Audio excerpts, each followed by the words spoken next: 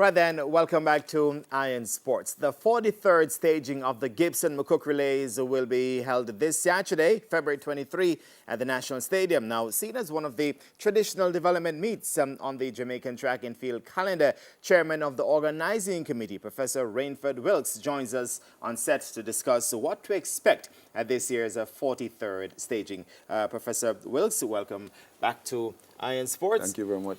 Thanks for the opportunity. Right. Gibson McCook Relays is one of those meets that's always that the schools look forward to, right. Clubs and institutions.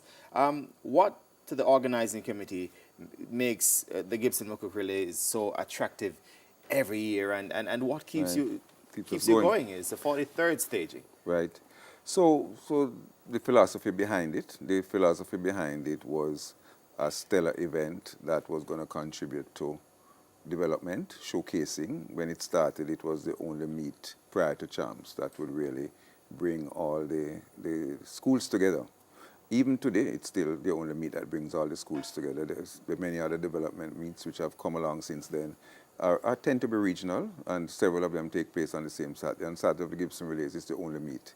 So it's a very, very broad-based meet. It starts from the prep schools and goes all the way up to the elite athletes and even the masters. So I think it therefore is attractive to every household in Jamaica. Every household in Jamaica would have somebody or know somebody who is likely to be taking part in the day. And that's very good, I think. And then, of course, because it showcases the talent, that has been a big contributor to not only the athletes, but remember the coaches are on show, and the managers are on show, and the organizers are on show to see whether we can in fact stage a decent event. And so I think that's what keeps us going.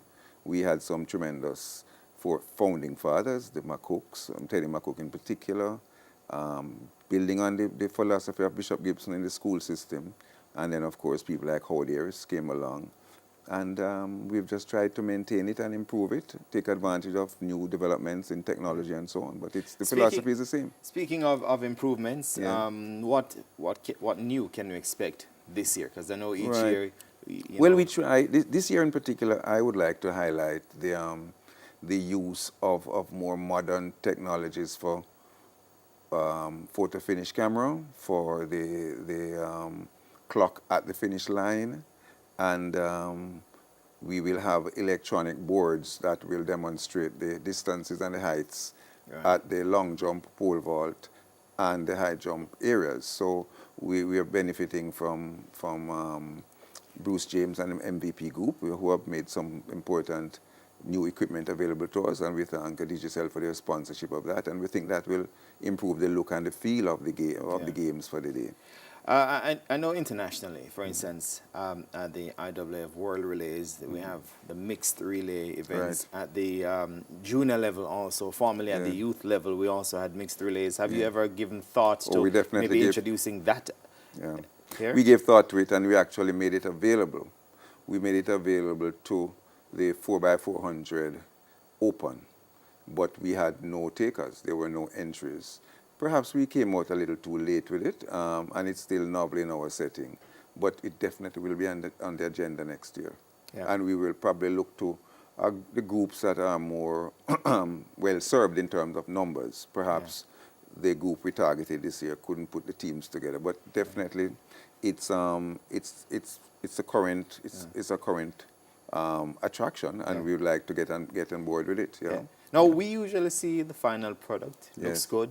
Spectators come out to watch it. It looks good on TV. But we know there are also challenges. Yes. What for you would be the most challenging aspect of it? Because you start at 9 in the morning and you go all the way up until close to 10 in the night.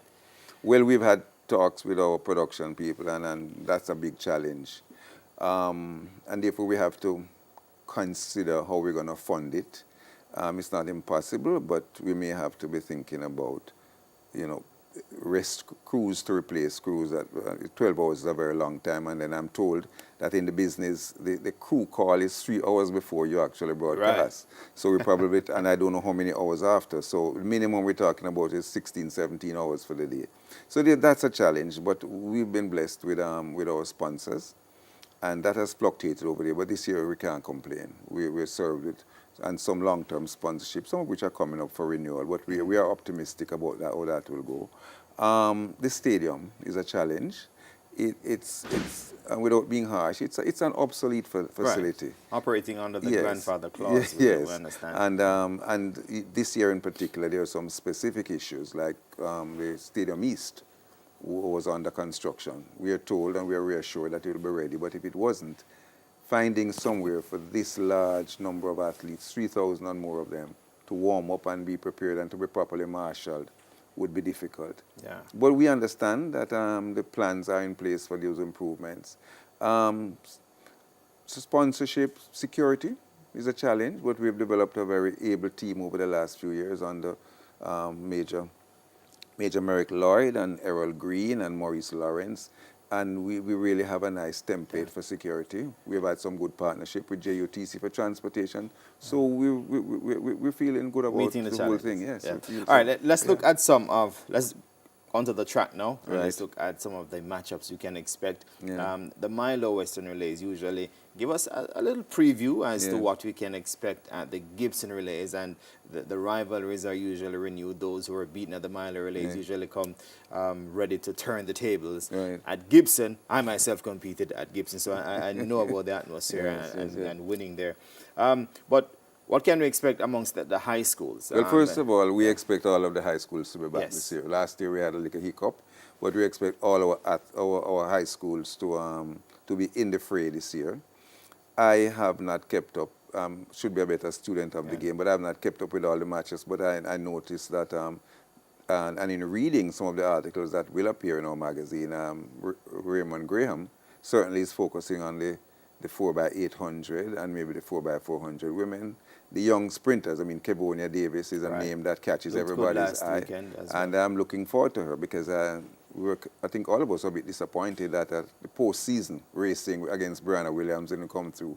So I'm anxious to see what shape she's in, but it's the Milo Western Relays suggest that she's in tremendous shape. Yeah. And then, of course, the usual rivalry between the schools as a prelude to champs is also something. And Edinallen, we understand, and we saw the Mile Relays were quite dominant. Yes. And then they're expected to bring this. In terms of the MVPs and the racers, you know, sometimes the best MVP team or the best racers team is not out there for a plethora of reasons. Yes.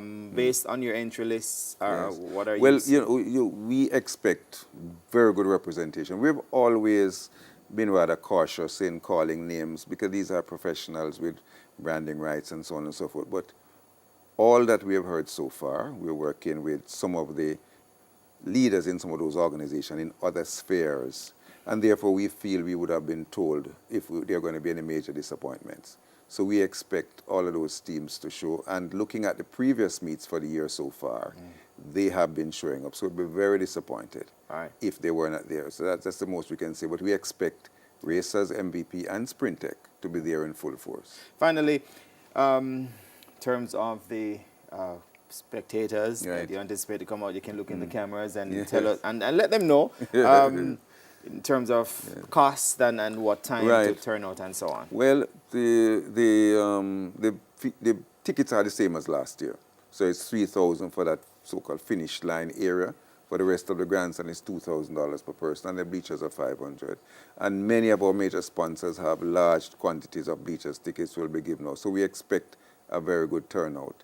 We're going to start at 9 o'clock with our first race, and but we'll be, marshalling would have started a long time before that. The gates are going to be open by 8 o'clock. All right, Professor and we're going to run on time.